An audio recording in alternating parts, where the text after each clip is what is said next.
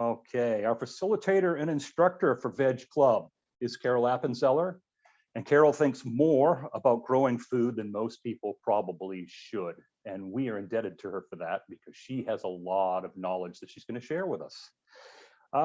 She's been growing vegetables for 3 decades. Half of that time has been on Bainbridge Island. Carol has the equivalent of 33 4-by-8-foot plots in her 1/4 acre lot on Bainbridge Island. And it's an inspiration for every vegetable gardener in the Pacific Northwest. Please welcome Carol Appenzeller. Thank you, John. Well, thanks for arranging everything as always. Hi, everybody. I'm glad you're here. So today we're going to talk about growing for winter food. And first, I would actually like to know a little bit about you. You can give us anything about yourself as a gardener or your garden, just a little something. Just tell us who you are and tell us a little something like, I just moved here, I don't get this weather, or how you grow, what your priority is, or anything like that. So I would start with Herb. Would you be willing to tell us a little bit about yourself? Sure. I've been a summer gardener, although my garden is shaded enough, I don't do tomatoes, but I've got snow peas growing now and beans planted and eating some chard and arugula from the garden, and have beets planted and put a wire fence around my garden to keep the rabbits out. That's it for me. On Commodore. I live on Commodore Lane. Oh, yeah, not far from me. Thank you very much. That sounds like you have quite a bit. Barbara, will you tell us about yourself? Hi, Sure. Barbara. Yeah, hi Carol. Hi, everybody. I live on Old Mill Road, and I've been here about 3 years now. So I'm getting educated in what will grow and the temperatures and what it takes to grow from seed, what it takes to grow from how important it is to grow my transplants out and also save seed. So I am just a gardener that is learning every day. And that's why I'm here, because I want to learn from everybody and be able to share what I learn with others, because I think this is a real important thing we're doing to grow food. Thanks. And thank you, Barbara. Thank you. Barbara does share. I have been in Barbara's garden many times to learn from her. So thanks for that, Barbara. John, would you share? I would love to. Oh, okay. We'll go for John. The correct John or not? Is there another Yeah, John? No, John McInnes. Yeah.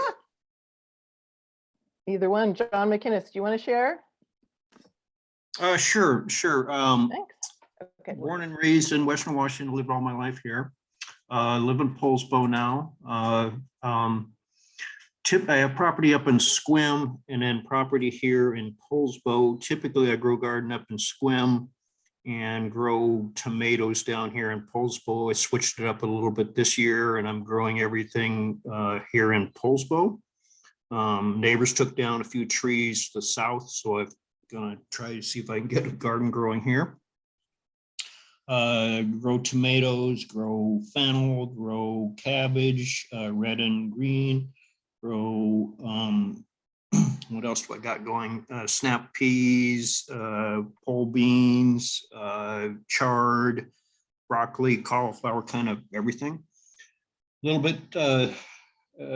little bit uncertain, not uncertain, but I guess second guessing myself as to why I didn't grow the garden up in Squim this year. Because up there, we don't have, there are deer around, but the property that I have up there, I'm not bothered by deer, I'm not bothered by rabbits, I'm not bothered by raccoons, I'm not bothered by possum, I'm bothered by all of those here in Poulsbo. So I have a fence that I put up this year, 7 feet to keep the deer out. That had a baby rabbit come through a 2-inch mesh the other day, so I screened it all in chicken wire yesterday. So oh my goodness. Anyway, saw the invite here and thought I'd join. Love gardening and look forward to learning. Oh, thank you so much. I hope you can teach us things too, all of you. How about you, John Fawcett?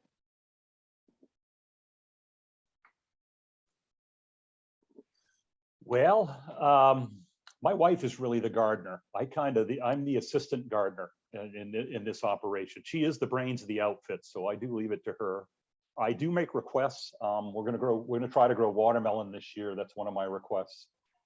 But she always picks great stuff, and we have lots of things grown. Oh, we might do corn this year as well because we have a place to plant it. Other than Nice. that, it's the traditional, we grow some greens, tomatoes, cucumbers, lots of berries. And we just love being outside, getting our hands dirty and hanging out there with the dogs and just digging in the dirt. Yay. Thank you. That's great. Helps us all remember why we like it. Thank you so much. How about Cindy? Can you hear me? Yeah, I can, Cindy. Okay. I've been on the island for 6 years, 5 of them gardening, but I just moved to the pea patch next to the church in Winslow. Mhm. And so I've just started with that place, and this wasn't such a good year to start, I think. The Oh, yeah. seeds took a long, long time to come up. And I've got a lot of greens planted, squash, beans, some 3 or 4 different kinds of squash. But one of the things I'd like to know is a lot about how to keep it going over the winter, like if you can keep the greens going over the winter. And Mhm. so I'm interested in knowing how to do that. I think you've come to the right place. Good. I hope that's true. Thank you so much. How about you, Kathy? Is Kathy still there? Yeah, I'm here. I've been doing some limited gardening for several years and not very successful. I don't have a whole lot of sunlight here, so I'm sort of limited to what I can do.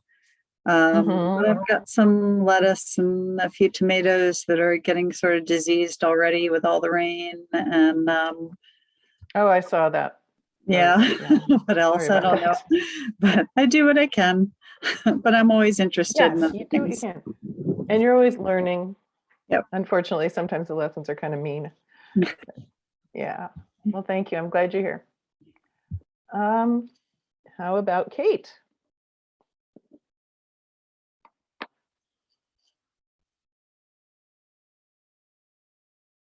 Kate, would you like to go?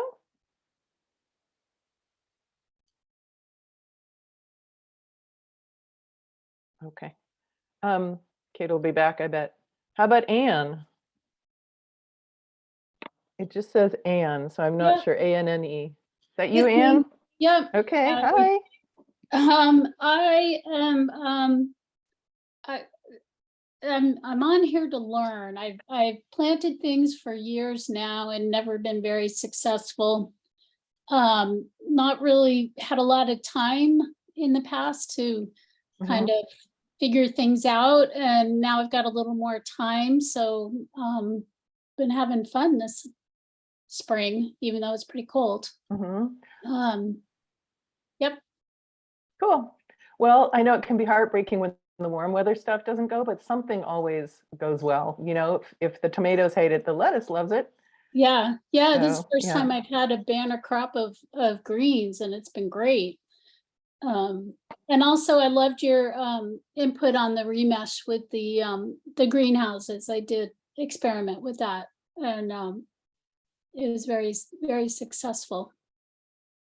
Yay, I'm glad. I'm very glad. That's terrific.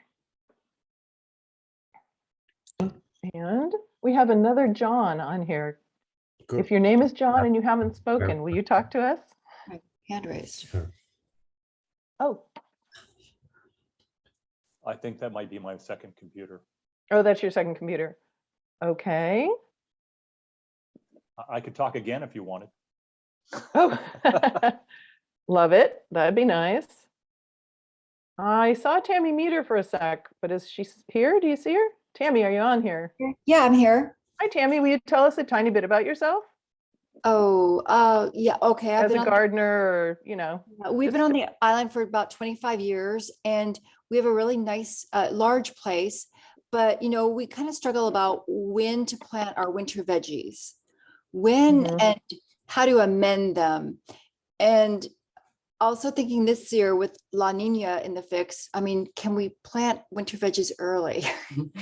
Or what should we be planting now? Right.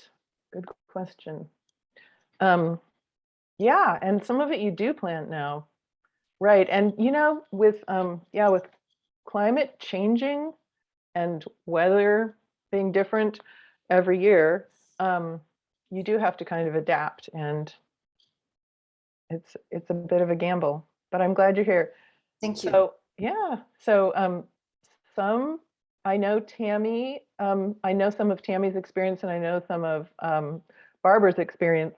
So if you don't mind, since it's called Veg Club, I will probably ask you questions like, when do you usually plant this? And you get to say, I don't know, or I do it now and it never works, or whatever. But that would be helpful. Yeah. I think it's Anne Greiser. Are you on here still? That's me. One person. Yeah, that's the Ann. Oh, that's you. Okay. Yeah. I thought I saw it too. Okay. Great. Did I miss anybody? It's not personal if I did. Okay. All right.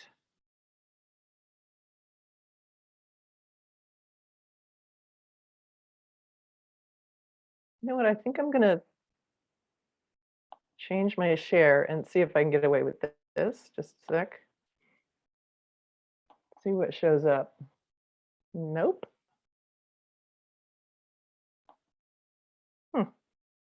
Okay.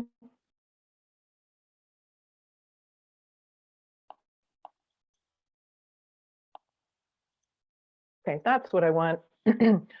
Okay, so we're going to talk about winter veg growing, and I'm going to give you all these dates. And I've heard people in past classes say, I don't remember when, I always forget, I remember too late. Well, some of the things that I'm telling you, you might want to grow next year, and there is nothing wrong with putting a 2023 planting date on an electronic calendar or a paper calendar. It's not unsophisticated or whatever. It's not only for your dental appointments and important business meetings. I put stuff, I'll get some harebrained idea that I want to try growing peanuts. And I don't have 9 months before I can grow peanuts or something. So I just put it on the calendar just as a little reminder. And then you don't have to do it later, but you can. And another thing that I wanted to say before we start is you don't have to grow a lot of each crop that you see here, because you're learning. I think, this is my position, you might want to grow a lot, but if you don't have much room, you can grow a little bit and then you will be gaining experience and knowledge about that crop. And that's really what I care about, is us knowing more. And so this is what I think we're going to go through. I know we're going to go through in the class today. Why grow it? It seems like a one-word answer, but it is a long answer, I think. What you can grow, how are you going to fit it into your garden, because you've got stuff in there already, when to plant it and when to harvest, when to plant it with specific planting calendars that you'll get on the resource page, how to protect it over the winter. And then I'm throwing in resources for drip irrigation, because some people took an irrigation class recently, and other people were asking about it. So I just would put those in. And then we have really, really different events coming up. So I'm excited about those. So I want to tell you about those too. That right there is my front yard, and every lump is food. So a lot of those lumps are protected, but some of them are not very protected. So they're protected in different ways. And I'd like to talk about what we can grow and in the different seasons, and then how to protect it. So first, why do we want to do this? Well, I think you already know. A lot of you are here because you know that you have this space, and why would you only eat out of it half the year? It's also super satisfying. I wrote this list when I was thinking about, sometimes we get brand new gardeners who just are coming to every session, and they might not know at all why they want to eat food in the middle of winter. But it soup makes you feel like a squirrel who prepared properly when you eat in the middle of the winter from your own garden, I think. It's virtuous in so many ways. And we end up eating more veg because I look at the fridge, I think, what's for dinner? And I never think, oh, all I've got is this bag of frozen corn, because I have all this food to eat. And it's like a fridge, but the food never rots because it's still connected to its roots. And so it is sort of in suspended animation for you. And it's definitely an emergency preparedness skill. In fact, this series was initiated by Bainbridge Prepares for food resiliency in emergencies, not because if an earthquake hits, we're all going to run outside and plant carrots, because that doesn't help us. But what helps any community is not just relying on the trucks that bring you food, but to have food stored in various ways in a decentralized way. So the more we do this, the more I teach you, you teach me, we go elsewhere and teach other people, the more we get our food decentralized, and not just in emergency buckets of dehydrated food, which a lot of us have, and that's great, but also fresh food that we know how to grow. Yeah, and here's a trivia point. How many days, well, this is just for Bainbridge Island, but how many days of food does Bainbridge have on it? And Bainbridge is a typical town. Say the bridge goes down and the ferries are commandeered in an emergency. How many days of food do we have in all the restaurants and all the grocery stores and all the trucks who happen to be delivering that day? So get a mental idea. And the answer, I think, John, I think you know this, it's 2, right? We've got 2 days of food. I have So no idea that- what the answer is, so I'll go with Okay, your, I'll I've defer been to your told judgment. I've been told it's 2 days. That's why the city is saying store it now and learn it now. I don't mean to bum everybody out, but it's really great to have all this food. It's been great in COVID as well to have food in the garden. No watering in the winter and early spring, so you can just leave and you don't have to have a irrigation set up. And your ground space does open up for winter veg. In the middle of summer, some of your spring crops come out. And not only do you get more space, but you get more mental space, because you're not fighting the, oh no, I should have done that in January. I need to turn the beds over for spring. I'm fighting the weeds. I'm mowing the lawn.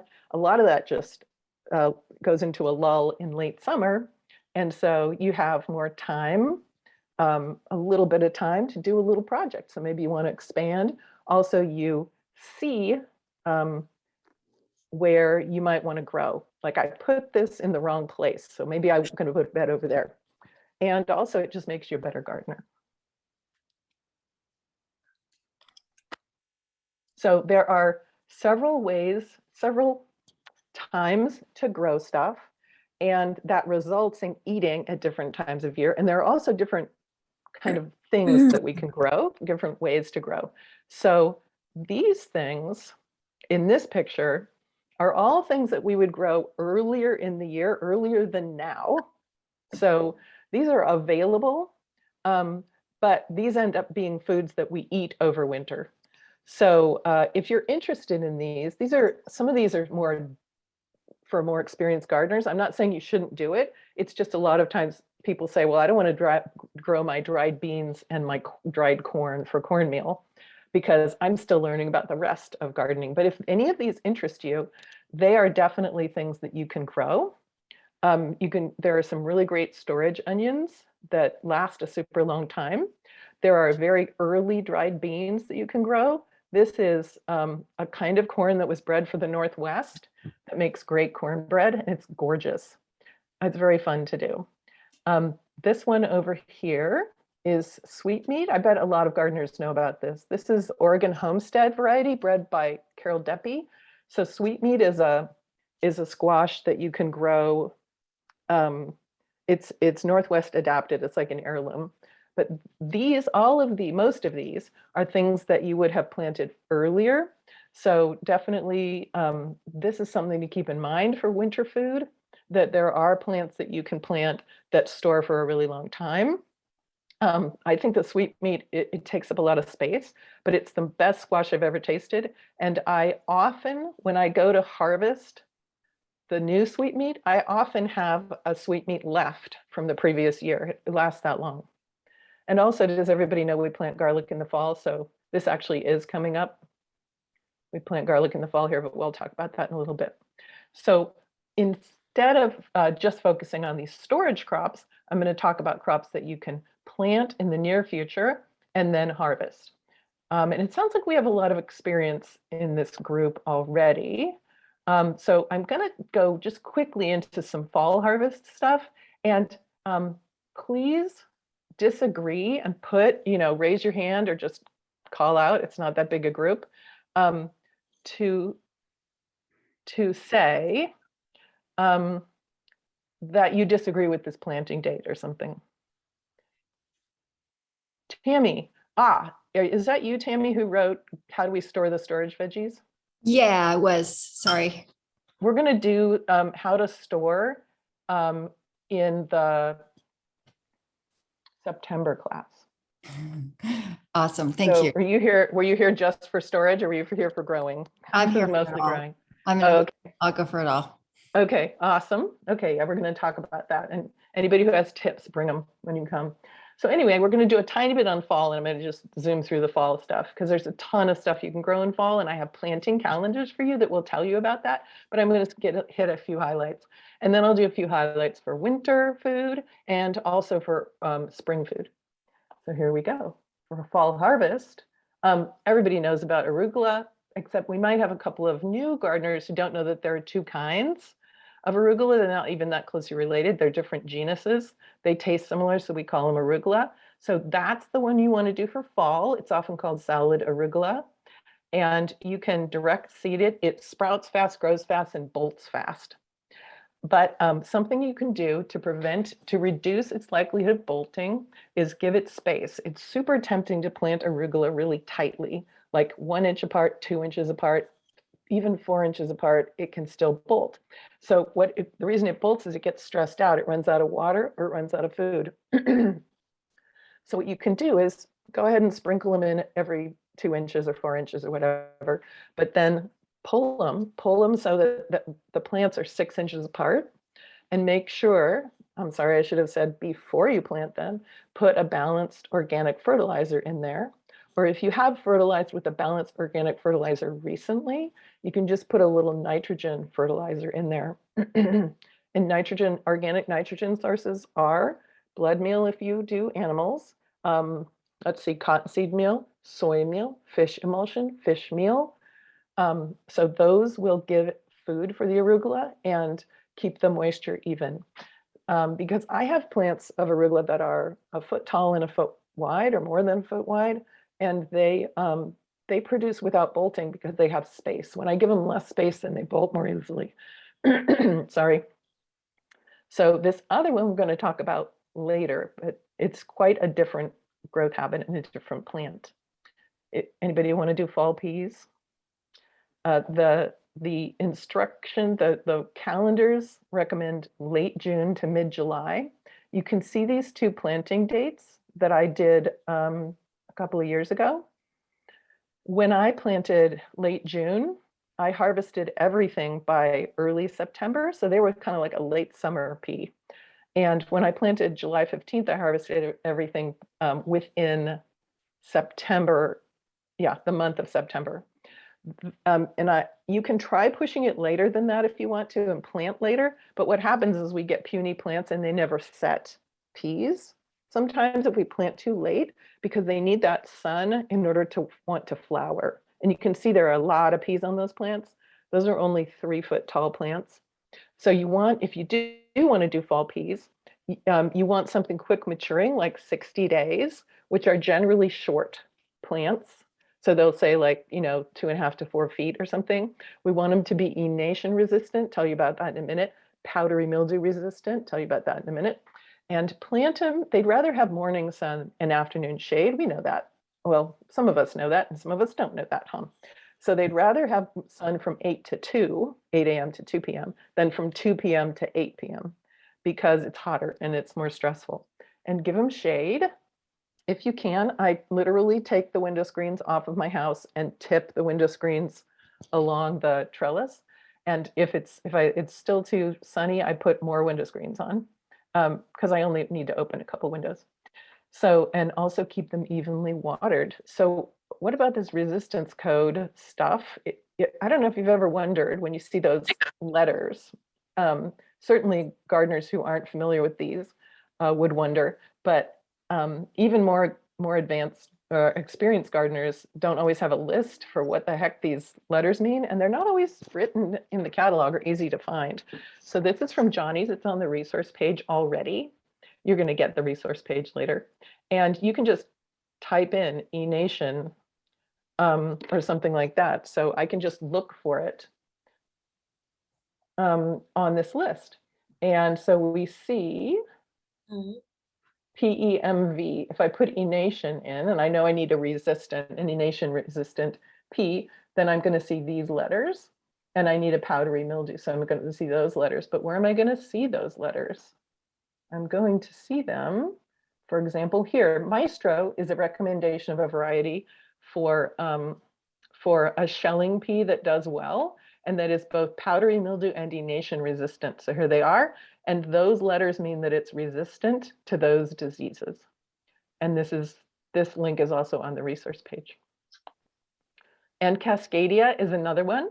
It's a snap pea where you eat the whole pod. And that's another good one. You can do bush beans. I bet maybe we know that. You can do them until late July. These are not the tall climbers.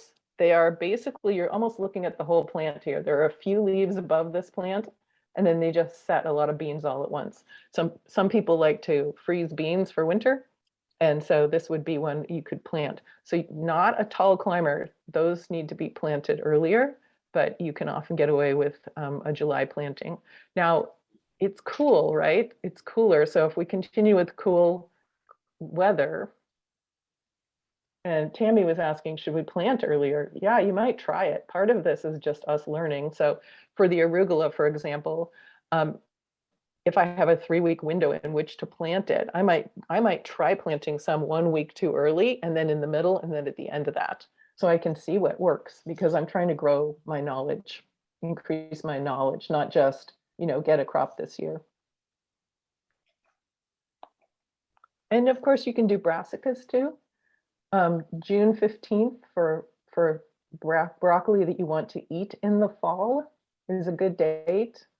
They want that afternoon shade and morning sun. And Bellstar is a hybrid, but if you're just starting on brassicas and trying to grow broccolis, it's very reliable, I think. Does anybody have a fall broccoli recommendation? Like a kind? Does anybody have anything that you'd like to say so far? Like contradiction, that's wrong, Carol, something like that? Okay. Okay, here we're keeping going on then. Does anybody have a question? Yeah, no, I'm Oh. super excited because we just bought some starts of broccoli and cauliflower, and your June 15th date seems to work out just right. Yeah, and those were started probably a few weeks ago, but you're just going to get them earlier, and they'll be great. So yeah. you were saying do seed by June Yeah. 15th, or? Yeah, these are seeding dates. Yeah. Okay. Yeah, but it's fine. I do lots of summer brassicas usually, and I would just make sure your water's even, and I would even, once they're bigger, like, I don't know, 10 inches tall, then I would use chopped leaves or something and mulch them so they have that even moisture, and make sure that you put fertilizer in when you are planting them. I fertilize the whole bed so their roots can go anywhere. So cool. So Great. Thank that's you. nice Thanks. you have that. Yeah. Okay. Oh, well, here's something about winter harvest. So we're going to look at winter harvest now. And there's this thing called the Persephone period. It's when you have fewer than 10 hours of daylight, plants kind of go dormant. So for us, that's early November to early February. And so what happens is we grow our winter harvested vegetables before that. They're actually growing in summer and fall, and then they pout for a few weeks, and then they start growing again in the spring. And that's sometimes a thing that we like and sometimes a thing that we don't like. So we'll talk about that too. So let's go through some winter harvested stuff. This is just some of the stuff that you can eat out of your garden in the winter, some of which you probably recognize and some that you don't. So I'll hit some of the highlights here. And please tell me if you have a recommendation for a variety or a planting date or anything. So bok choy is quite winter hardy. It needs cover, it needs protection, but it doesn't tank, it doesn't lose its, it's not afraid of having not that much sun. So vitamin green is the one that I usually grow. It's a choy, but there's a seed crop failure in the country this year, which I find dismaying, but also heartening because even the pros have seed failures. And so it's hard to find. You can find it in Canada, but they can't import it. But if you can find some vitamin green, it doesn't bolt easily, and it produced, I did some on August 21st. I looked at my records, and it produced for me from the beginning of November all the way through May. I was still picking it. But other choys work well as well. So prize choy is one that's recommended for winter growing. And we want to start it in cells in the middle of August. Now with these dates, if you have 6 hours, 5 hours of sun, you might go a little bit earlier. I only have 6 or 7 hours. And these dates pretty much, these are ones that work for me. But if you have less sun, you might want to start earlier. And if you've had trouble with bok choys bolting, one trick is that they're very photoperiodic. Photoperiodic means that they're regulated by the hours of light.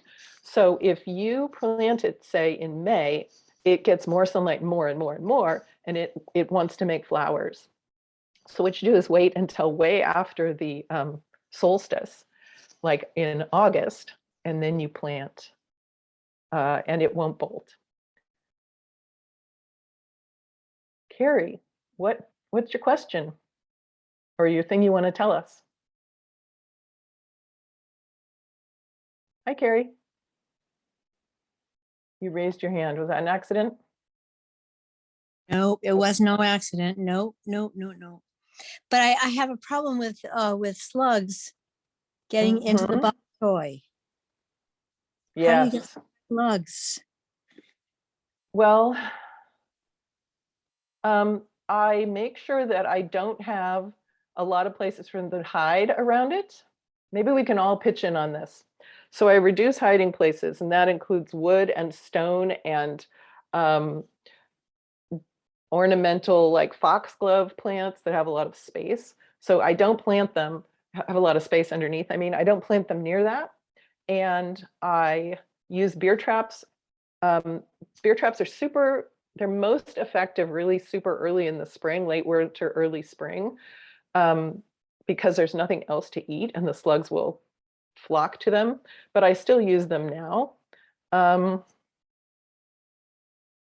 don't mulch the baby sprouts, the little starts of bok choy, because mulch just is an invitation. It's like a highway for them to get there.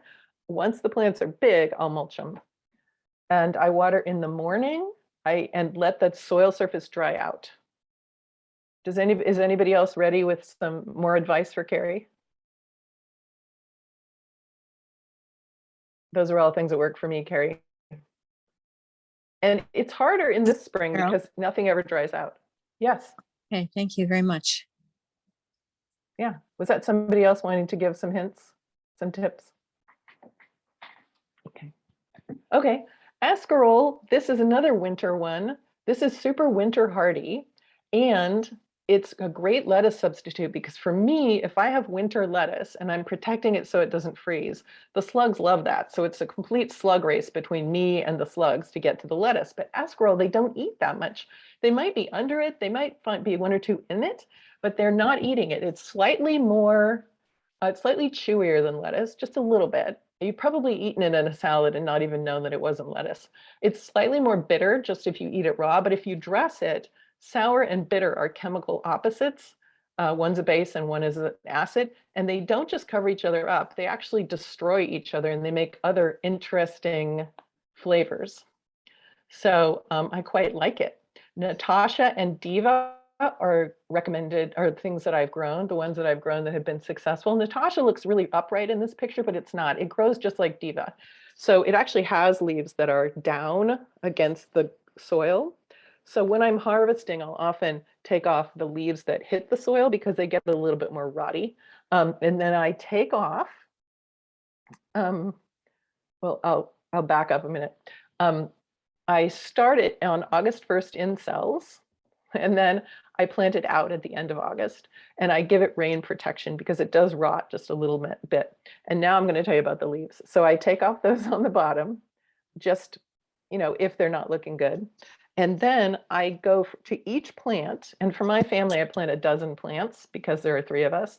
And I take off maybe 1 row from each plant because I want to eat each plant in all winter, like 1 level in. I just want to keep eating in from the edges of the plants. You can imagine that, like you would do with lettuces maybe. And that feeds us until March. And then in March, the outer leaves, the very outer leaves, start to get a little bit tougher. I can hardly tell the difference, but it just seems like they're ready to come off. So I strip those off so that I just have, we've eaten it, and we've eaten it, and we've eaten it, right? And then it keeps growing leaves in, and then I strip off the outer leaves in March, and I have maybe a 5-inch center, and it looks like a healthy little lettuce. And I side dress them again with a little bit of high nitrogen fertilizer, make sure that the soil's moist, and they grow back. So I have eaten them all winter down to this 4 to 5-inch nub, and then I side dress them and they make an enormous head again. And this is in April and May, and then they'll bolt in May. But that gives you a huge amount of food, and especially in a time when people are not, when gardens are not producing a whole lot in that early spring. Also giant winter spinach. So look how big this spinach leaf is, and they get bigger than that. So you sow these, Tammy wants dates, sow them mid-August, and then you can, it's set, the recommendations always say for a fall harvest and again in early spring. I find that it goes pretty late in the fall, and then they'll probably slow down for the Persephone period, and they will reproduce in the spring. They'll produce more leaves, but it doesn't feel like it's just, fall and early spring. It just feels like it's quite long. They make huge leaves, and they have an antifreeze system that plants like to put sugar into their leaves to make it so they don't freeze. And so these are very sweet, like freakishly sweet, but they're delicious. And I have watched one of them that I neglected to cover, get covered up completely in snow. And I thought, well, that's soup. That's going to be a mush when it thaws. And it thawed, and it looked about like the stuff in the picture. It was so tough. It's a little tricky to get spinach to germinate in the heat of the summer. And I know you had this happen, Carrie. So it's thermally dormant above 70. Some of them will go to like almost up to 75, but the winter spinaches don't like being above 70. So I put them in cells, which are those little tiny pots, and I seed pretty heavily. So maybe 3 to a cell, or 2 or 3. And I try to keep them in my coolest place, so there are times when I have a flat of spinach on my tile floor of my kitchen. And I just try to get those to sprout. So, and it works. And these are 2 varieties, Giant Winter and Monstro de Virofly. This is Baker Creek rare seeds, and they're both open pollinated, which means you can save the seed. And then there's corn salad. It's kind of the opposite. It's really tiny. This is about 2.5 inches tall, probably. So if you plant it, you don't have to crowd them, but you should probably plant quite a bit of them. Sorry. They have a really mild flavor, but they're super cold hardy. Elliot Coleman says they're one of the few plants that you can harvest when they're crisp from frost, basically. And I have done that. I picked one and I thought, well, that is crunchy. So that is, you know, when I felt it, it was crispy. So I put it in my mouth and it was fine.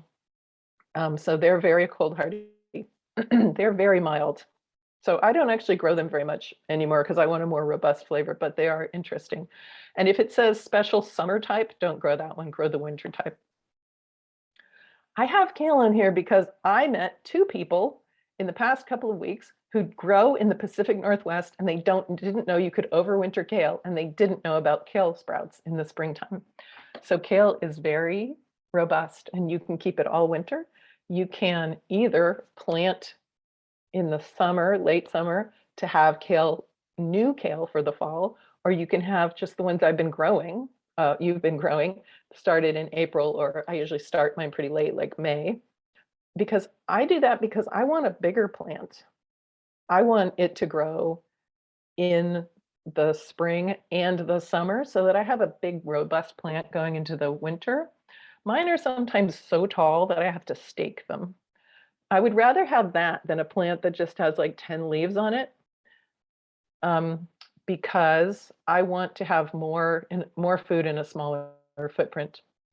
John, what's up? John Fawcett. We've overwintered our kale for years. And one of the things that I discovered a couple of years ago is when we had a couple of really big frosts, it looks like it kills the kale. It lays flat on the ground. It's just, I mean, it's basically on its back with its feet up in the airs. And then as soon as it gets above freezing, it comes back awake and it stands back up and it grows again. It's Isn't that weird? I've seen it 2 winters in a row. It's the most remarkable thing I've ever seen. Isn't that crazy? My botany prof said they pull water out of their cells because water expands when it freezes. So they dehydrate themselves so that if it expands, then it doesn't pop the cells. I mean, not specific to kale, but yeah, it can look terrible. So just wait. That's a good thing. Fran, tell us, what do you have to say? Yeah, I want to ask about this matter of them blooming, because like right now, I've got some kale that are about to bloom. And do I just let them bloom, or what's the deal on bloom? Just out of curiosity, are these kale you planted this spring or did you plant them last year? Yeah, one that's about to bloom, I planted this spring. I planted early in March, early March. Okay. You can eat the blooms, and I'll talk about that in a little while. If it's blooming now, then you'll want to replant to have non-blooming plants for your winter food. Because once it's decided to bloom, it's really hard to convince it to do leaves. I see. So, but isn't this too early to replant for winter? I don't think so, because I want a big kale plant going into winter. I want it to have lots of leaves on it going into winter. But when you look at the planting calendars that I give you, it may say, you know, plant later. So that's your choice whether you want to do it sooner or later. I wouldn't go too late. Like if it says you can plant during this 3-month period and it says as late as September 1st, you're probably not going to get a very big plant if you plant on September 1st. So plant in August? Yeah, you can plant in August. I'll check the calendar. We can check the calendar together today and see, because I don't plant when they tell you to. Herb, what do you have to tell us? My chard usually overwinters. I just leave the chard at the end of the growing season, and usually this winter it didn't do so well, but often it'll overwinter and pop up in the spring. So I get chard in the spring before I get anything else growing.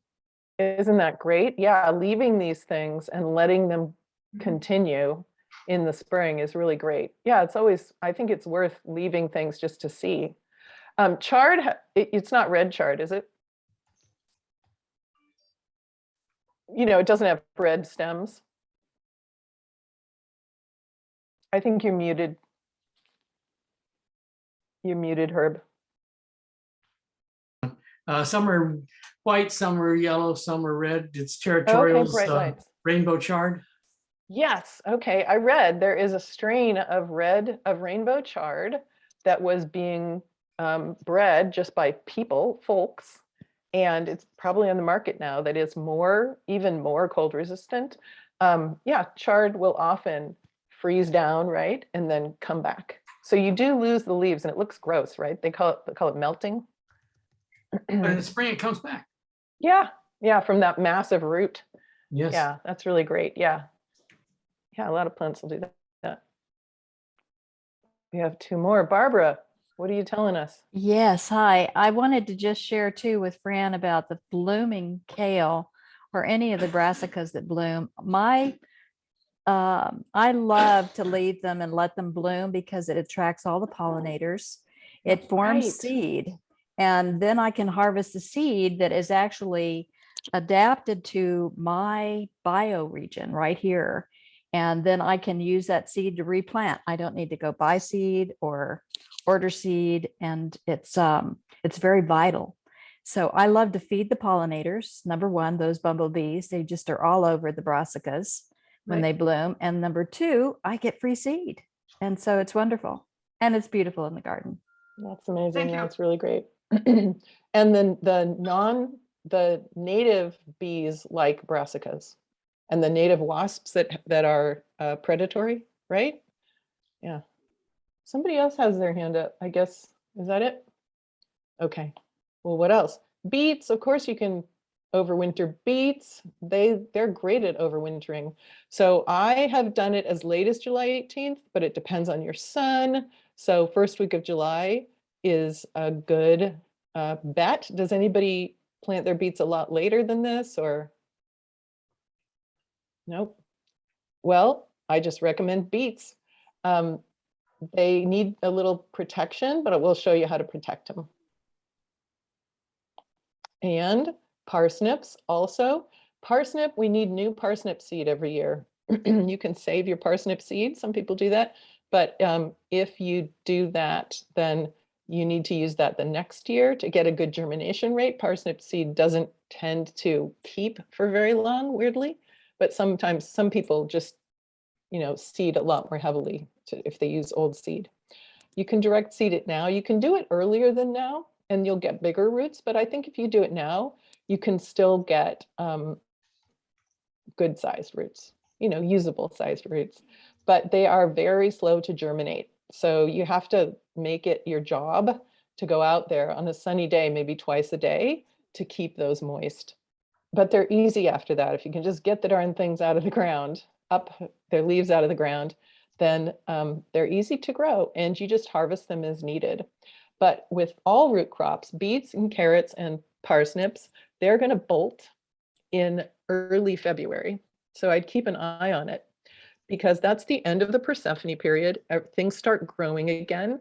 And for a root crop like this, what they're intent on doing now is growing seeds. So you can certainly let some of them go to seed and save them, as Barbara says, and let the bees benefit. But if you want to eat them, you're going to need to pull those, because everything that's going into that new growth is coming out. It's the nutrition coming out of the parsnip itself. And you can make parsnip chips if you're wondering what to do with them. Carrots, same thing. July 1 is my date. I think of 4th of July actually is when I do it. And you have to do the same thing of keeping them moist. I put window screens over the top to keep them from drying out while they're germinating. And that's because when I put cardboard down, sometimes 25% of them have germinated, and I want to keep the other ones moist. So if I leave the cardboard there, little critters like roly-polies and stuff come in and eat the new ones. So I want to have some light to discourage the insects. So I put the screens on just to reduce drying. The bottom picture is rust fly, and I talk about that in the April class. So what we use is to discourage this rust fly is very early on in the growing of the carrots, we put on a really thin row cover, and thin because it's we're growing them in July. We don't want something that's going to be a really cozy blanket. So see, you can see right through this. It looks like Kleenex. This is a row cover. It's a spun poly fabric. And it lets water through, so you can water right through it, and it lets 90% of the light through. So, but it keeps the flies out. You have to bury the edges, and you have to leave a lot of room in the fabric. So you're putting it on maybe 2-inch tall carrots, right? Carrot tops, but you have to think and leave enough for those carrots to get maybe 18 inches tall. If you want a really detailed droning on about how to cover your carrots and when to thin them and stuff like that, you can go to the April class and click through. We have recordings of these classes. Click through until you see a carrot screen. That's carrot rust fly slide is what it is, carrot rust fly. And if you want a winter one, I've overwintered a lot of different carrots and they seem fine, but Napoli is a really good one. It's bred for winter harvest, overwintering. But I will have more recommendations because I'm sending you to a winter catalog, a winter calendar that has specific recommendations as well. Okay, so here's the weird thing is everybody says, oh, it must be really hard to eat in winter from the garden. But then I see them in February, March, and April, and they say, what are you harvesting from the garden? And it's like, I was eating from the garden more easily in December than I can in February, March, and April because of this thing called the Hungry Gap. And the Hungry Gap happens in temperate maritime climates. So us and the UK and some other places in the world where it's not freezing cold through into April, and but it's also not warm enough like the South would be to really get things growing. So in early February, root crops that have a lot of calories that traditionally we relied on, and we didn't have refrigeration and we didn't have greenhouses, those things would start to sprout. Even if they're in storage, even if they're in the dark in your root cellar, they figure it out and they start sprouting. So their quality goes down and some of them rot. And other things that don't sprout, like apples, their temperature goes up just enough so they start to spoil and oxidize as well. So we run out of the stored foods, but we also, it's been too cold because it's been too cold in the winter for us to plant enough and get things growing enough to have things actually coming out of the garden. So it's called the Hungry Gap, and I've read that historically Lent is related to this. So spring fasting has to do with this Hungry Gap. So, but look what you can eat in the Hungry Gap. Tammy Meter, these are your hands. So I'm gonna ask you about this. So that ascarole I talked about, that you eat it all winter and then you harvest it down to the 5-inch and then 5-inch size, and then it grows back. That's great. Kale rob is great. That's why we leave our kale in. But I'd like to say Brussels sprout rob, if you harvest all the Brussels sprouts on your Brussels sprout plant and just leave it there, it produces a really yummy rob. I've cut off cabbages and left it, and it's going to make lots of little sprouts. And those are delicious too. So I'm definitely an advocate of leaving those things and trying to eat them later. We can do some perennials like this. Like I'll talk about perennials in a minute. Let's go down here. Oh, there's my kale rob. If you want late kale rob, there's one that supposedly produces later, like in May. If you just can't get enough kale rob and you want some kale that produces kale rob not in April, but in May, Russian Hunger Gap produces then. I don't have any problem with it, so I haven't used it, but it's an option. Oh yeah, and Sylvetta arugula. So this is the arugula that we didn't plant in the fall. You can plant this in the fall or the winter or the very super early spring, like January, February, and it knows when to come up and it'll come up. And eventually I just have mine reseeding. I just save my seed and then I break off, or I let it go to seed, and then I break some off and like gesture with it around the garden. And the bees are happy and I'm happy. So it comes up later. That's a great one.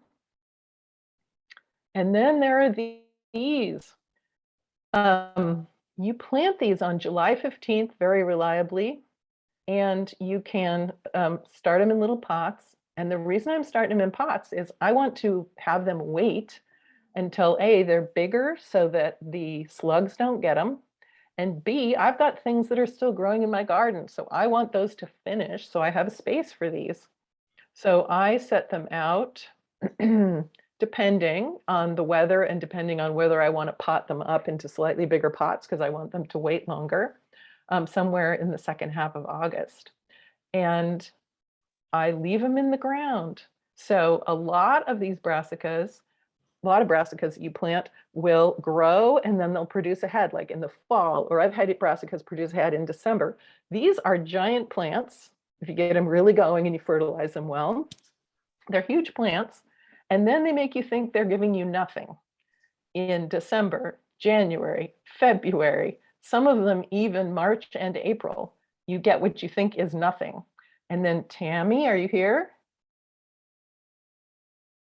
I hear you. What do you get? And Oh when did my you get it? gosh, it's amazing. Overnight, there's just this huge head. Thank you so much, Carol. It's Oh, you're true. welcome. It's true. And you did Prestige Collie, right? I think so, yeah.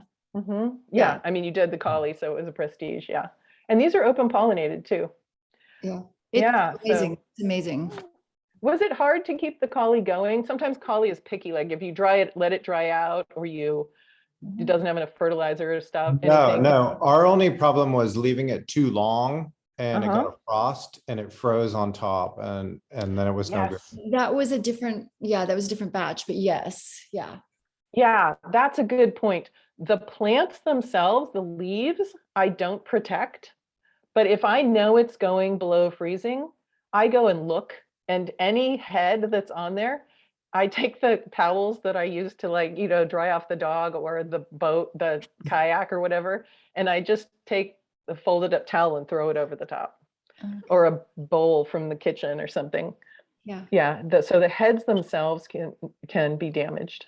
But Thank you. Prestige produces in May for me most of the time. I got all of it in May this time. Purple Cape produces depends on the year, late February, March rather, late February, early March. And Purple Sprouting is also February, March.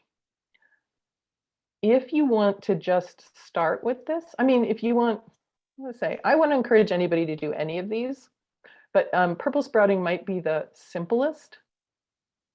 So it's weird to plant in July for the following spring, but we do have to set ourselves up for filling up the hunger gap.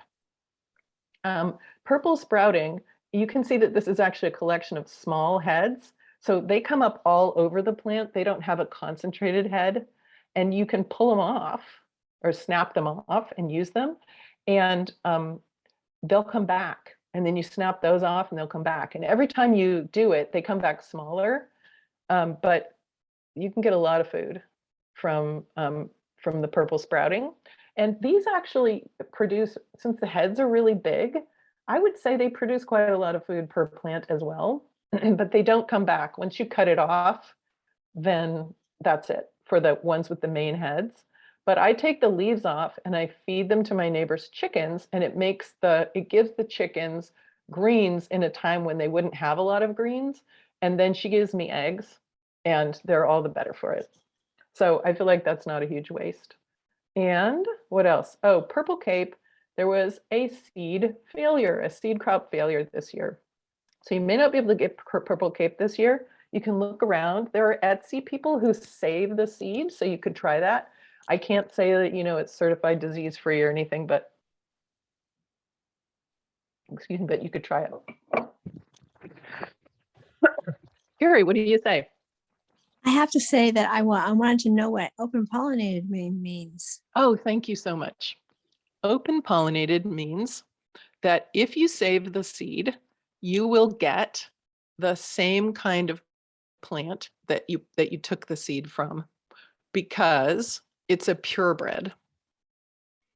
that's distinct from a hybrid, which has two parents who are somewhat different from each other, and they have qualities that the breeders want to put together. They want the qualities of both, so they cross those.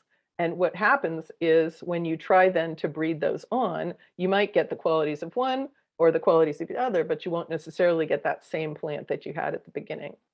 And a lot of people like open pollinated because they can save seed, and then they don't have to buy it from, just on principle. They like the idea of seed saving because then it's ours, right? Yeah. Barbara, do you have anything to add? Oh, sorry. I had a question about that. Sorry for butting in. Oh, it's No. Tammy. Hi, Tammy, thanks. Hi, question. So open pollinated, how do you know, like if your zucchini is open pollinated, it's not cross pollinating with a pumpkin or another squash nearby? And You don't. You don't. So that's really great. So do you already know the answer to that, or is that? no, I don't. Okay. You don't I know, get, and people save sweetmeat seeds. I've done this, and I didn't isolate the flower. So I'll tell you what that means in a minute. But they say I saved the seed, and I had no pumpkins of the kind that would cross pollinate with it. But somebody in my neighborhood did because I got some terrible fruit out of it. But what you can do is hand pollinate. So I'm going to go to that sweetmeat flower.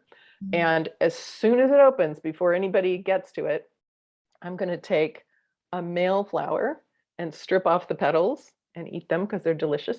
And then I'm going to put that male pollen on that female plant, and then I'm going to close it. Barbara, do you have any advice about that? I don't. Okay. Okay. Did that answer your question? I think so. Some plants love to cross-pollinate. Radishes love to cross-pollinate. So that's true. But some people just like open pollinated as on the principle of the thing as well. They're not going to save the seed, but they like that it's open pollinated. Okay. Okay. So not everything cross pollinates. No, not everything cross-pollinates. Yeah, I'm not an expert on that, but there are some things that don't cross-pollinate very much. Like tomatoes, right, Barbara? Right. Yeah, tomatoes, and I don't have that problem with my peppers either. We've seen a squash cross-pollinate. in our garden. Yeah, squashes are different. Yeah, they're sure. very, radishes are so promiscuous. They say they like to cross-pollinate so much that you have to isolate the seed crops, like for seed companies by miles. And yeah, my friend grew pumpkini one year. Yeah. It's Yeah, unfortunate. we got a weird thing one year. Gotcha. Thank you. Yeah. Thank you. Yeah. Yeah. That's interesting. Who else? Carrie, what's up? Carrie, is your hand up on purpose? Often my hand is up and it's not on purpose. Okay, I'll go on. Before we do perennials, shall we have a break, John?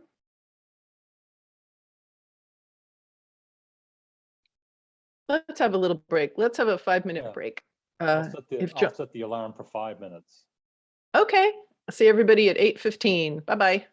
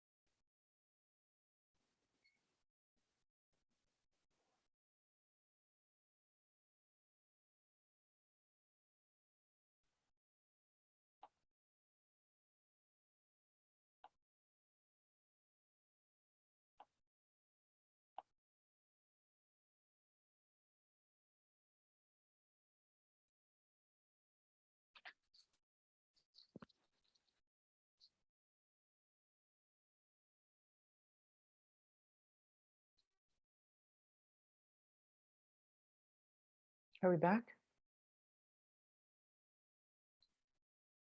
Hold I 30 don't know if seconds. John's back. Oh, Hold okay, 30 sorry. seconds. Yeah.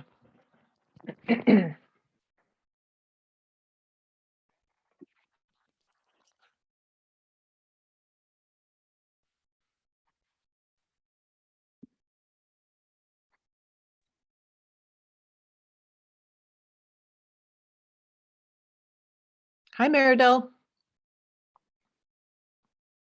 Hi, sorry, I'm so late. Fine. We're glad you're here. Got here. And there's always the video if you want to I'll get pick it the up. I'll pick skinny. it up from cauliflower when I get. when- All right.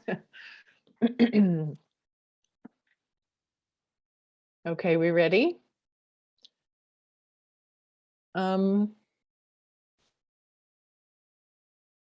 John asked, do we have carrot fly here? Yes, we do. Some gardeners sometimes get away with not getting carrot fly if they plant early in the spring, or if, I think, Tammy, didn't you say you don't get carrot fly? And Brian said you don't get carrot fly if you plant over winter, but I think that was in overwintered teeny tiny carrots, right? I know that we've not gotten it in this spring. No, in the late, I usually don't. I had a friend that told me don't plant them in the spring because of the carrot fly. So I only plant the carrots later and I've never gotten the fly. Do you plant them in the fall? Like when do you start them? More like July. Yeah, I do them in July too. And I do get carrot rust fly in July. Not terrible, but it kind of depends on where you are, I guess. Oh, is carrot and rust fly the same thing? Rust fly and carrot rust fly are the same thing. Okay. Oh, carrot fly. I don't know. I don't know other carrot. I don't know of other carrot flies if you've heard that from somebody else. But if you heard me say carrot fly or carrot rust fly, then they are the same thing. And my Okay. apologies. I did say carrot fly. So I said I didn't get much in the winter. Sometimes I don't get much, but sometimes I get a lot. And I looked up the population, like when the population peaks, and it's quite late. It's like October, November. So if you're gonna get them, you can still have them quite late in the year. Yeah, I did try one year a variety, and I don't recall now because it's probably been about 5-6 years, out of the UK that was carrot fly resistant, and it seemed to do Yeah. fairly well. But Yeah, I was it hadn't called tried that again. resistifly?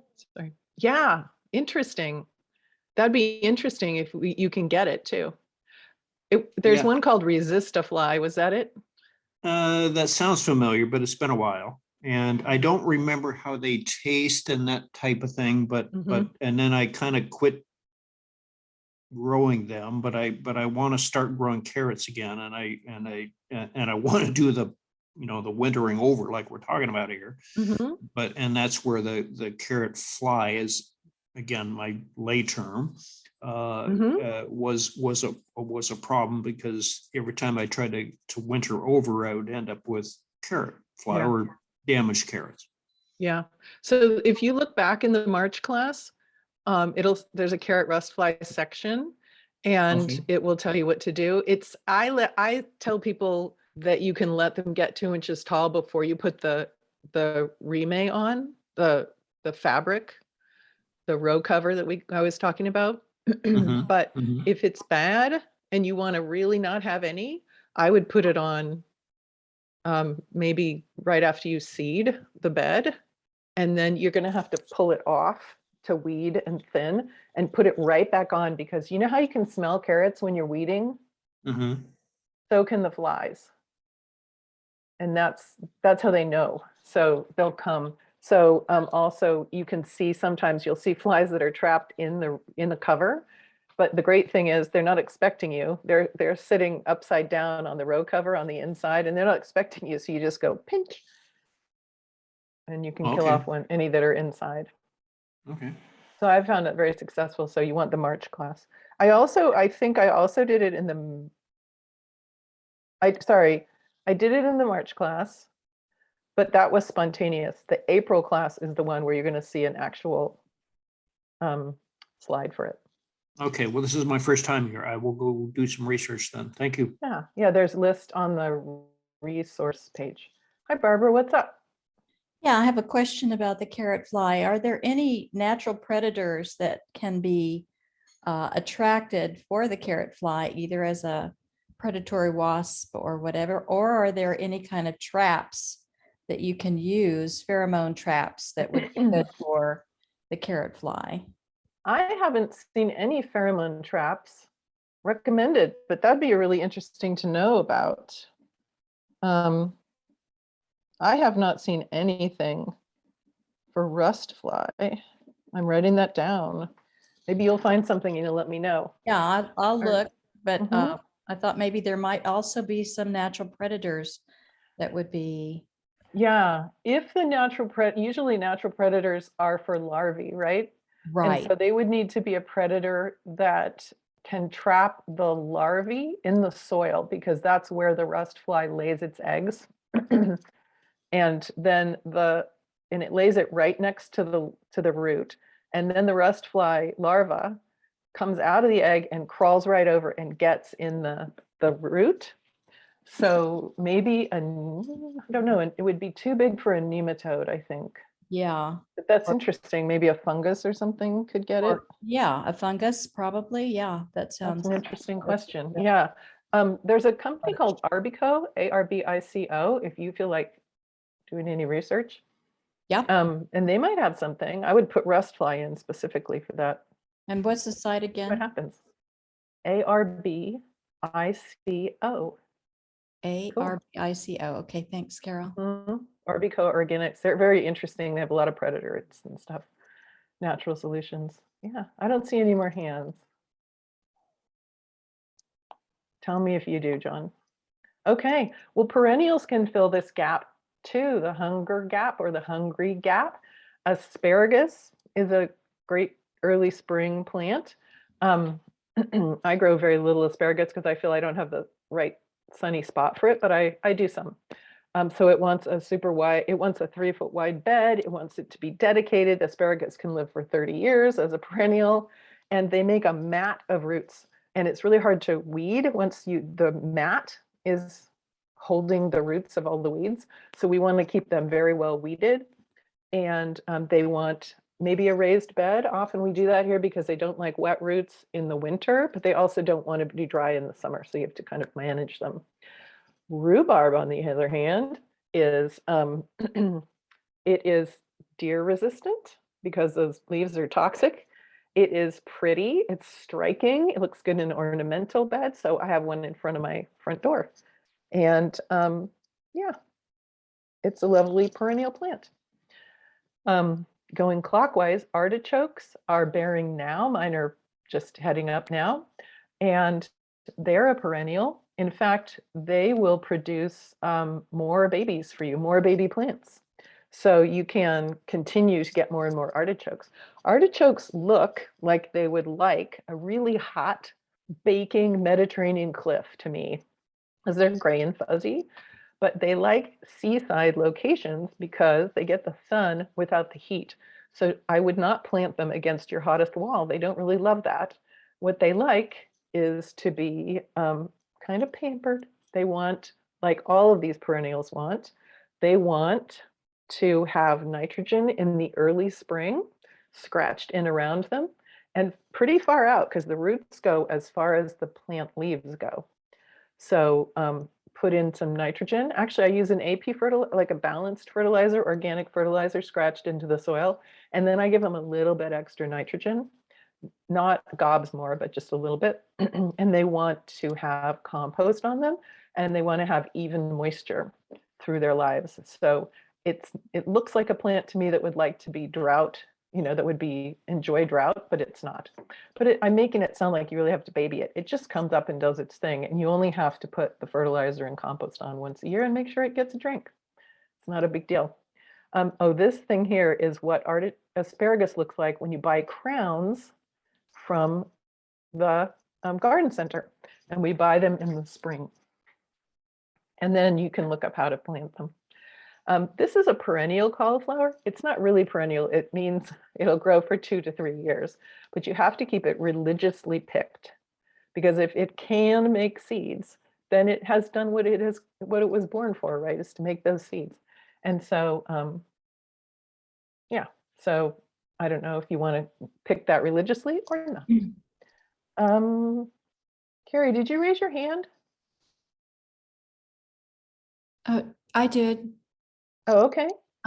One more question, sorry, about the rhubarb. Yeah. I've had we have some amazing rhubarb. I know nothing about them, but they've got those big seeding spikes and those flower spikes, coming up. And is it okay to leave those, or should I cut 1 or 2 off, or cut them all off? What's good for the plant? Oh gosh, I don't know. What they say is you should cut them off. Oh, okay, great. Feel free to cut them off, but I don't know. I'm sorry. I don't know that one. Does anybody else know that one? Do you have to take them off? The plant's going to put a lot of energy into those spikes. That's what I figured. So it depends on what you want. Yeah, I wouldn't let the whole spike grow completely tall. And then if you wait that long, it's already put the food into it. Yeah, okay, I cut them off, so it's a Maybe little Fran late, knows. but I just didn't know if I did the right. Fran's raised her hand. She'll Awesome, tell us. thank Hey, you. Fran. Yeah, I absolutely don't know. My question about rhubarb is, so I've got rhubarb in a common garden in my pea patch, and it lies flat. It lies flat on the ground. It does not look all perky like your picture. How do I make it, stand up like that picture looks? Has it been in there for a long time? Yes. It may need to be divided. Okay. So does it make gigantic stems? No, it makes gigantic leaves.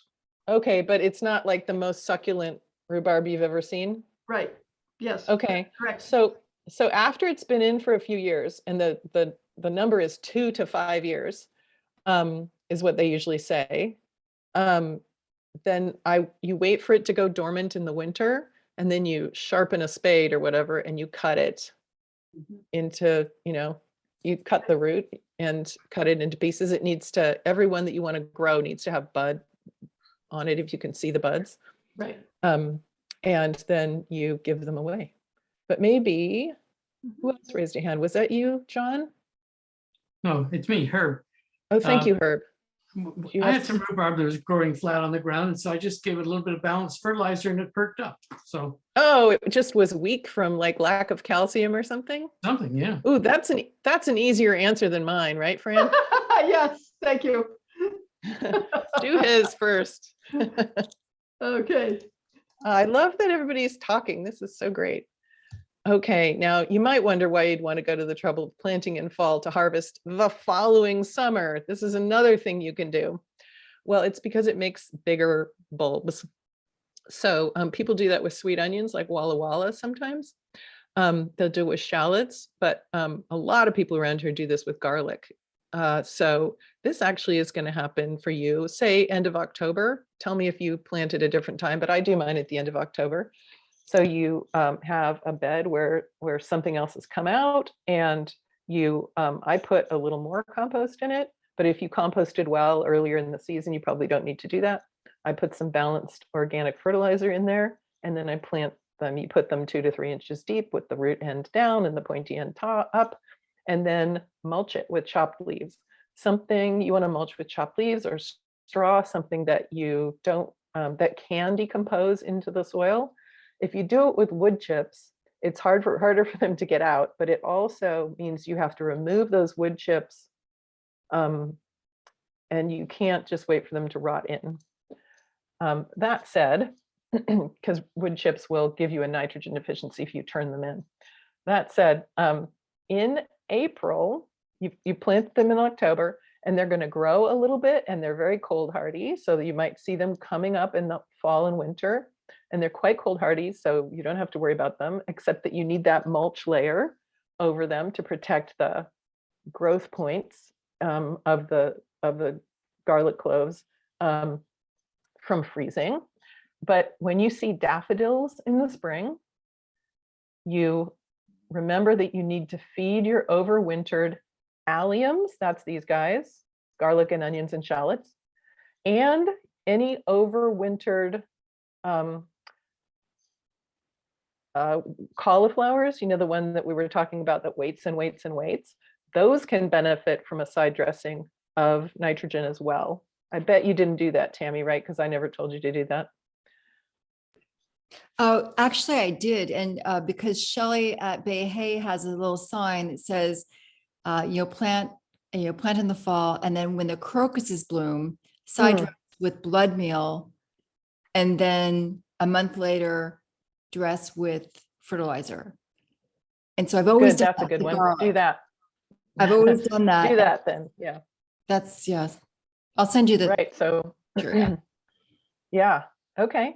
So so they like an early spring dressing of nitrogen. Now for garlic, actually for all the alliums, if you're using blood meal or something really concentrated like that, sprinkle it on. You can sprinkle it liberally and then scratch it into the soil surface and then put the mulch back. So you pull the leaves away, sprinkle it on, scratch it in a little tiny bit and put the leaves back. But don't put on cups and cups of it because it can make the growth so succulent that it's more prone to rust. Rust is a fungus that hits alliums, which is garlic and onions. And you can see that in the April class if you want to know about rust. So yeah, a lot of people are going to be planting garlic in October. Okay, give us the planting calendars, Carol. So here are some. Fran, maybe we should hear from you first. What's up? Hello, Fran, will you talk to us? I just didn't catch what we're supposed to use for mulch. We're not supposed to use wood chips. What are we using? Oh, chopped leaves are great. Oh, I see. Okay, thanks. Some people use straw, but around here, chopped leaves they're begging to be used. Okay, thanks. Yeah. So here are some planting calendars. Washington State University has one that's super simple. I think too simple. I'm going to skip it for now, but it's on the resource page. This might look familiar if you've been using West Side Gardeners vegetable planting calendar, but look, this is for winter. It's entirely different. So here I am, and I wonder, when do I plant Brussels sprouts? So I just hit Command F and I find Brussels sprouts, and it tells me what he does for his garden, which is in our area. Or I am thinking, is there anything I can plant? It's early September. So then I just search for the word September and I see what my options are, which I think is nice to be able to do. So I like this one. It's got some detail, but not too much detail. And then if you want to go deep and you want to know about varieties and other people's experience with this, we have the Willamette Seed Ambassadors. Now they are further south than we are. Willamette's in Oregon, right? So I might go a little bit earlier, but I think their dates, a little bit earlier than their dates, but I find their dates to work fine for me. So look at the detail on this, can look a little bit daunting, but it's really just a little story for each one. So if you want to learn about something, they might say, here are a bunch of varieties that work well, and this is what you can expect. And if they look like they're completely dead, don't freak out, they're going to come back, that kind of thing. So I think this is just a treat. And it's 7 pages long. So it's kind of like bedtime reading. Yeah, and you don't have to assign yourself the whole thing. You can just look at a couple of them. Okay. Do you have any planting calendar questions? Nope, good. Okay, so where are we going to put these things? Well, let's take a peek. Let's see where we can put them. First of all, you can do succession planting by starting them in cells while you're waiting for other things to come out. So this is September 6th, photo from my garden. I have spinach that I did manage to germinate, and cilantro, and that's bok choy. And that bok choy is it's tiny on September 6th, but it's going to feed me all winter, all the way through May. And you can also buy starts that other people have started. I would keep an eye, I would look at the planting calendars and just keep in mind that sometimes the stuff that shows up in the nurseries is a bit late, later than the planting calendars recommend. So they have already grown, of course. So if the planting calendar says put seed in the ground on August 1st, and you're buying a very well-grown start in the middle of September, that's probably fine, because that thing has probably been growing for 6 weeks. But if it's way later, if you see starts for cabbage that are there in November, that thing is probably not going to it's not going to be able to grow. So we have some great nurseries around here, and I think we can rely on them and ask the staff there. But you might find them in somewhere else that isn't so great. But the county has great nurseries. Another way is to see what I can do. There we go. Is to take those starts and then interplant them. You're not waiting for something else to come out, but you're interplanting with something that's going to come out in a while. So this is an example. This is not an example from the fall, but this person has these cabbage-like plants, leaf cabbages, and they have amended the soil around it, put a little more fertilizer in, and they put these starts in. And then instead of yanking these plants out when they're fully ripe and when they want to take them out, they're cutting them off. Because if you yank them out, you may disturb the roots of the thing that you planted in between. And I would actually not cut up here for a brassica. I would cut under the soil, like stick my knife in and go under, because it's less likely to resprout that way. So a couple of examples are that you could put scallions between lettuces. Scallion sets are teeny tiny onions that you just push deeply into the ground, like 3 inches down. And then you can grow green onions, and those will start between your lettuces, and then your lettuces will come out later. I can tell you more about scallion sets if you want. And you could do your escarole around a winter squash. Like if you had a trailing winter squash or a pumpkin, it's not really using that space for roots very much. So I would definitely amend there and put my escarole in, and move a leaf over if I want it to get more sun, or maybe take a peaked looking leaf off so that I can fit those in. But do fertilize your new starts when you put them in. Make a new bed, because those frantic spring chores are not happening. And you know from your earlier growing experience that maybe it's better sun over on that other side. Of course, it's autumn sun, so you have to think, where was the sun in the spring? And that will tell you where the sun will be in the autumn, because it's equally distant from the middle of summer. So you might actually realize you wish you had a bed somewhere else. And also, winter garden food is motivating and exciting. Your tomatoes, you had September, and you're thinking,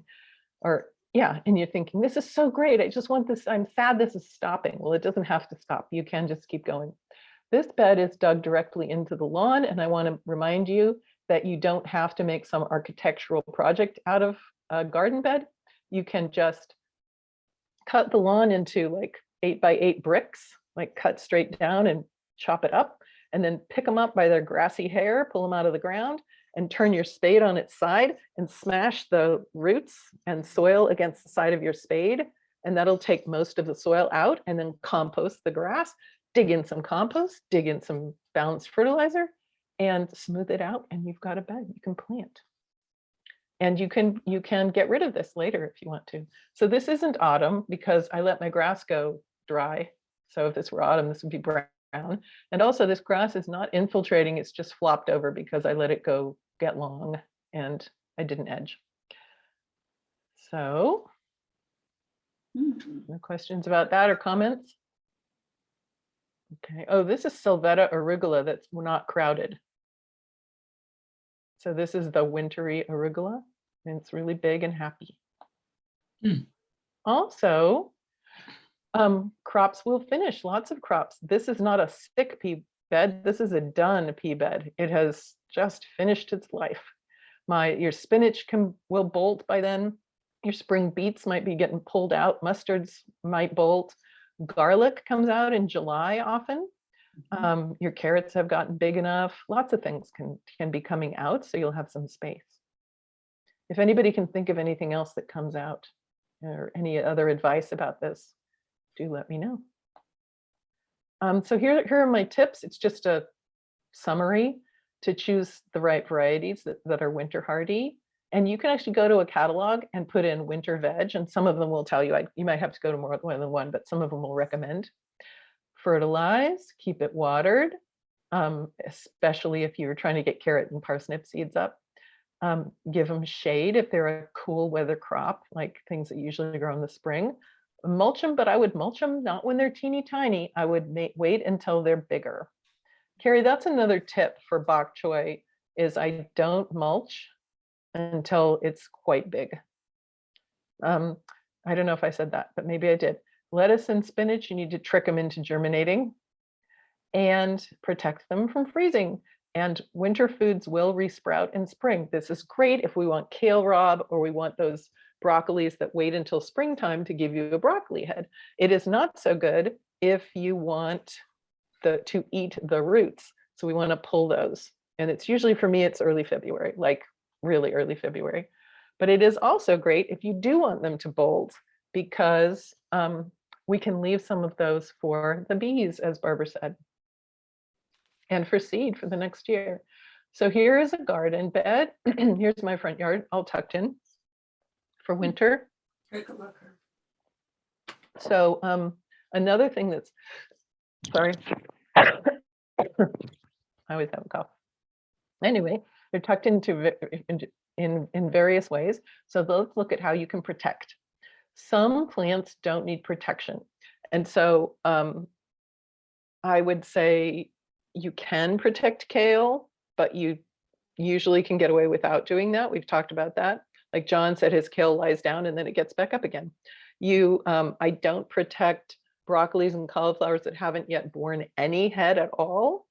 But there are different ways to protect. Sometimes it's from the rain, and a lot of times it's from cold. And sometimes I'll leave the covers off.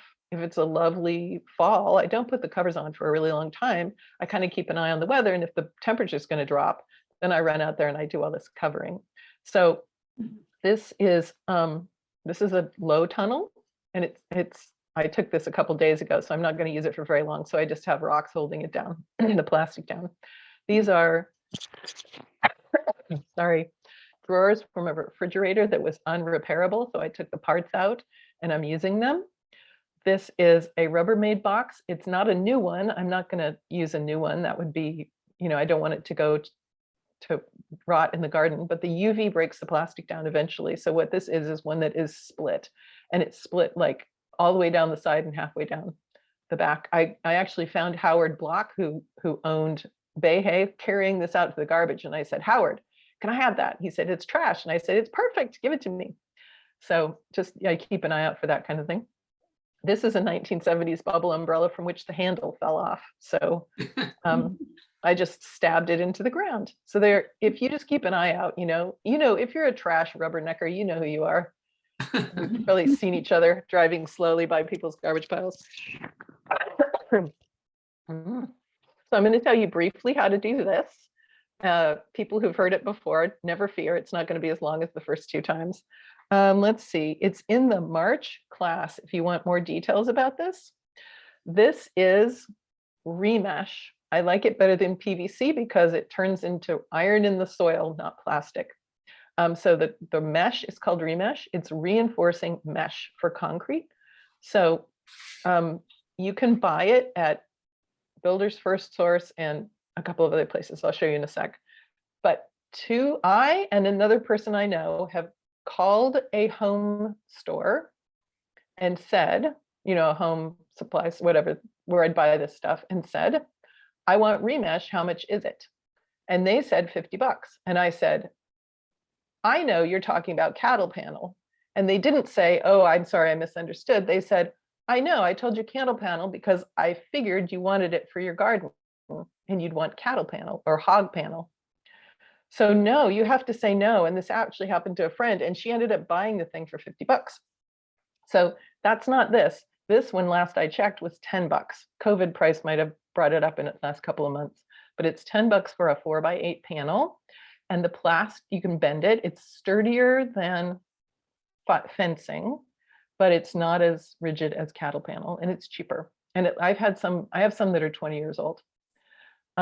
Also, I've covered it in plastic. The plastic can be refuse from somebody who sells mattresses or a pallet covers or something like that.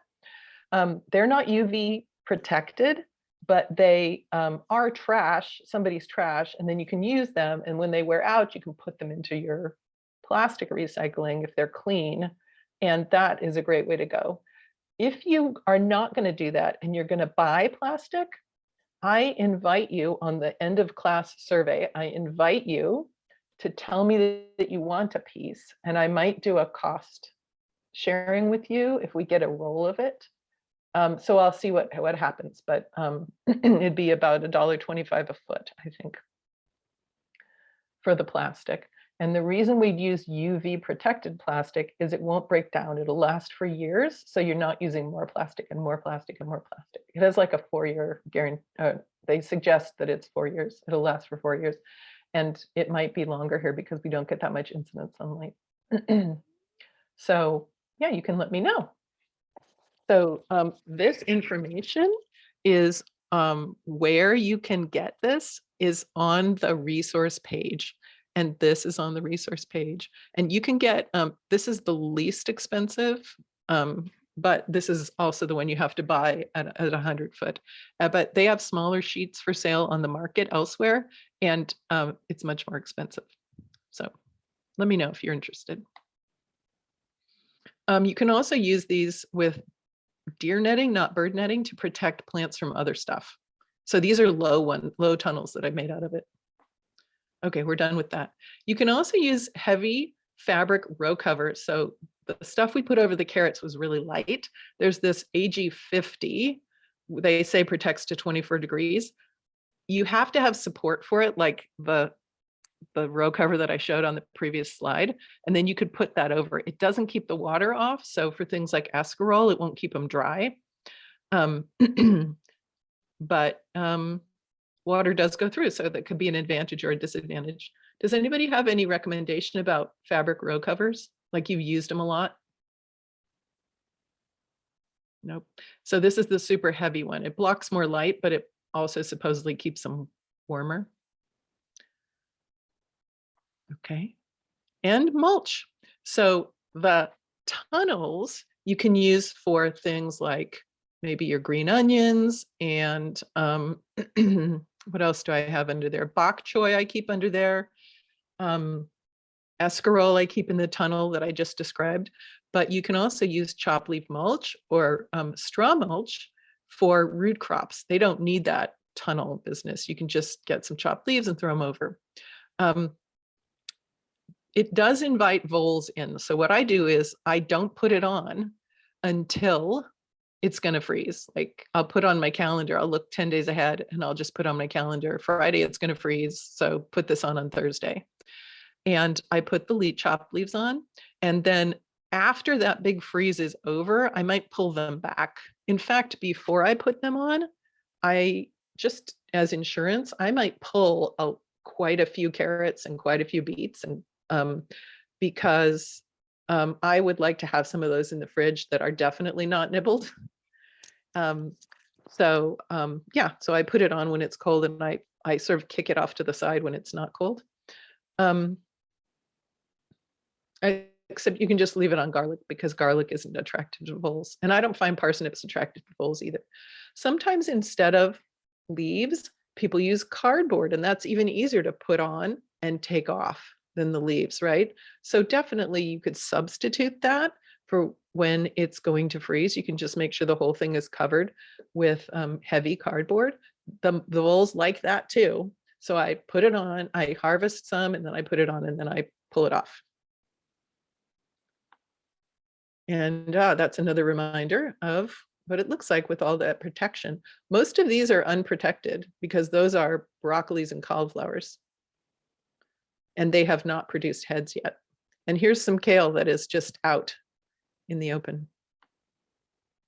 I just want to remind you, you can grow under lights, and you can grow indoors. You can do sprouts that are not under lights. It's just in a dark jar in your kitchen in the winter. And basil and cilantro do great under lights if you happen to already have lights. And then I can use 4 leaves of basil instead of, needing to go down and buy for a special for a special case. And also your peppers, you can pot them up in the winter, and I've put them in my sunniest south facing window, and they get kind of leggy. But last year I got a leggy plant, but it was pretty in great shape, and it gave me 5 jalapenos in the winter. So I thought that was kind of good. Let's see what else we're doing. This is for later in the year, but pickled summer produce is a great way to eat from the winter crops as well, or from their summer crops in winter. So I think later I might be able to get us some information about fermentation. John does it and I do it. A lot of people do it, but I'd like somebody maybe to give me some more information about, like maybe I can get a conservation district pro to help us. We'll see. So there you are. See this right here? These bowls are 2 feet across at least. And that's spinach, and that's an 8-pound head of cabbage, and that's escarole, still muddy from the garden, and those are carrots, and this is January 19th. So and that's just like a normal day. That was a photo to show like grandma and grandpa, what were we doing? That is awesome. Rust fly free carrots, it looks like. Yes, those carrots. I think I planted them either in a pot or a raised bed because it's tricky in the ground. Yeah, yep, that's the cover. That's the Agribon cover. And yeah, let's look at another one. So you can eat a lot of stuff from the garden in winter. Today we were talking about things that were in the garden and a little bit of things that were cellared, but we'll have an upcoming class depending on interest, that is about drying and fermenting and things like that. And storing things, how to cellar stuff, which Tammy wanted to know about. So this was from a tour from earlier. Okay, so there are irrigation resource. Okay, we finished with the winter food, but I have some things that I really like you to stay for. I have resources on irrigation on the resource page.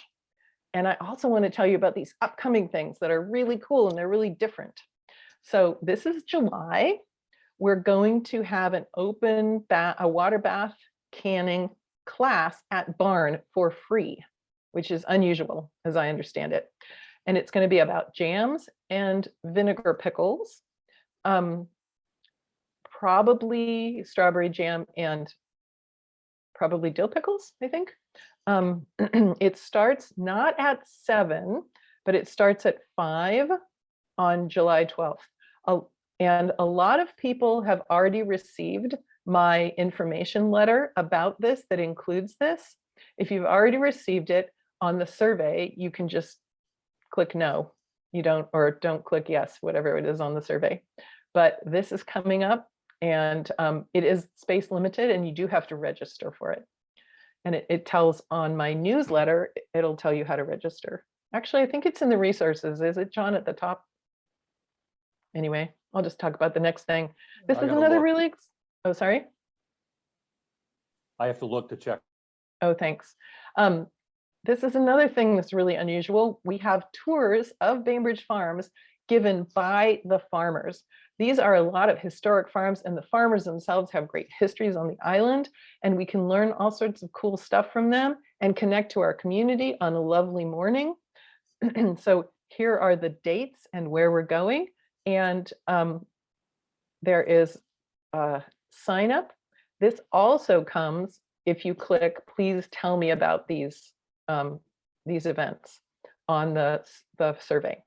The survey asks you, do you want to know about these particular events that I'm showing you? And you get to choose that. And then it has another question, do you want to know about things in the future, other opportunities like this? And you can choose whether or not you get that. And here is the next thing. August Veg Club is a fabulous fruit tree field trip to the garden of Darren Murphy, who is the head of the fruit club for Bainbridge, the Bainbridge Backyard Fruit Club. And he is a grafter extraordinaire, and he grows tons of fruit. And you might think it's a giant garden, a giant orchard, but it's in this small suburban backyard, and it's a super popular tour. So it is not starting at 7 the way the Zoom does. And it is also not starting at 5 like the barn class. It's starting at 5:30. It's our usual day in August, but it's starting at 5:30, but that's also in the note. Let's see if I have anything else. Let's see what this last one is. Oh, yes. Will you please take the survey? John, do you have the survey link or should I? I do John's not have the survey link. looking for it. Okay. I am going to stop my share, get the survey link and put it in the chat.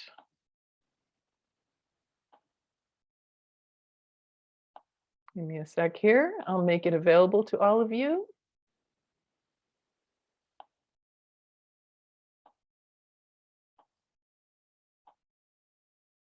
Okay, so I made a mistake on this once before and everyone had to say, fix the survey form. So if you could click on that and see if you get there, that would be great. Looks good to me. Yay, I'm so glad. Thank you. Thank you. And does anybody have any more questions or things that you want to add?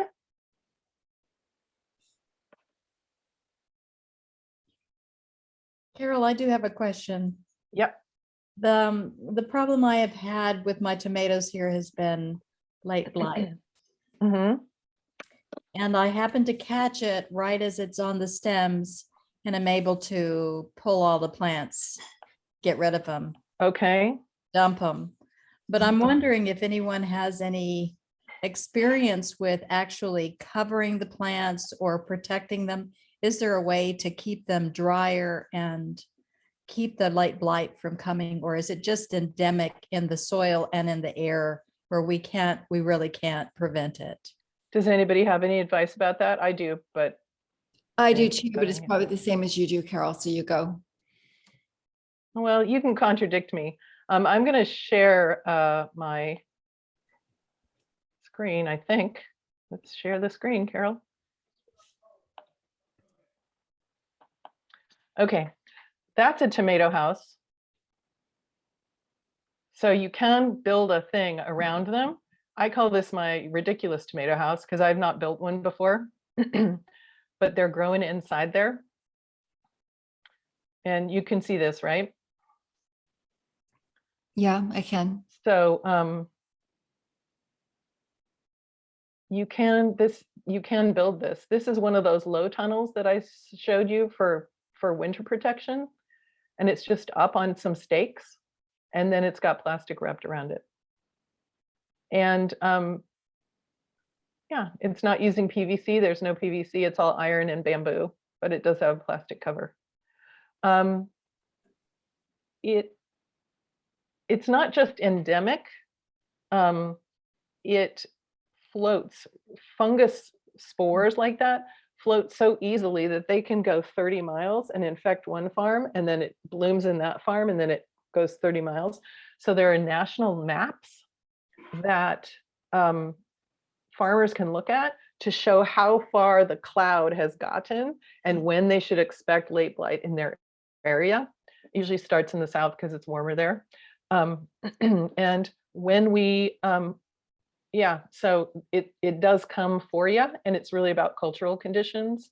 And so people do make tomato houses like this. You could make something more permanent if you wanted to.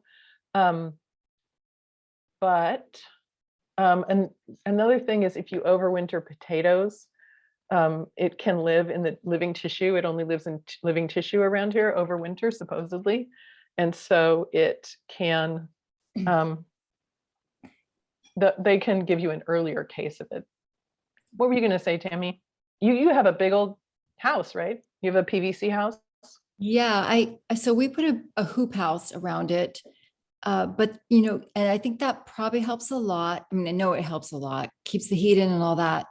But best thing for that, the late blight, I think, is mulching around the base of the plant and not overhead watering.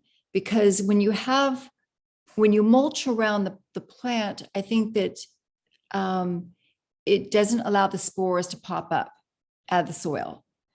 And so it's kind of keeping that spore down.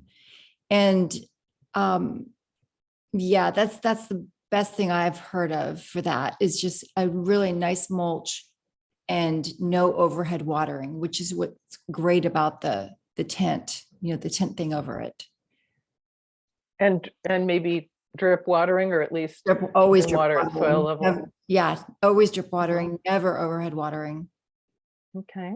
Yeah, we, in Oh, our sorry. garden, we have a real strict rule about not watering the leaves, not watering from overhead. Mm-hmm. We had one person who would come over in the evening and water overhead, and she took out the whole garden with doing that. The blight spread within a matter of an overnight Yeah, experience. it can really spread super fast. We kick people out for overhead watering. That's the one Wow. cardinal sin. Yeah. Yes, indeed. Let me just do one thing here. Thank you both. That's very helpful. Great. And this has this is it taken apart. It's got a trellis in the middle. So this piece is not a wall, it's going down the center. And oh, you know how to trellis, Barbara, you trellis your tomatoes, do. right? Tomatoes, You can yeah. trellis them up there, yeah. You can, and that helps because they're not they're not sitting on the ground and they're not all cramped together and stuff. Yeah. Well, thank you. Lots of airflow. Yeah, that's Mhm. good. Yeah. I try to beat late fright by planting short season tomatoes determinate that are, you know, not that don't have a lot of growing involved, and try to beat it and try to rather than try to combat it. Right. Just outrun it. Yes.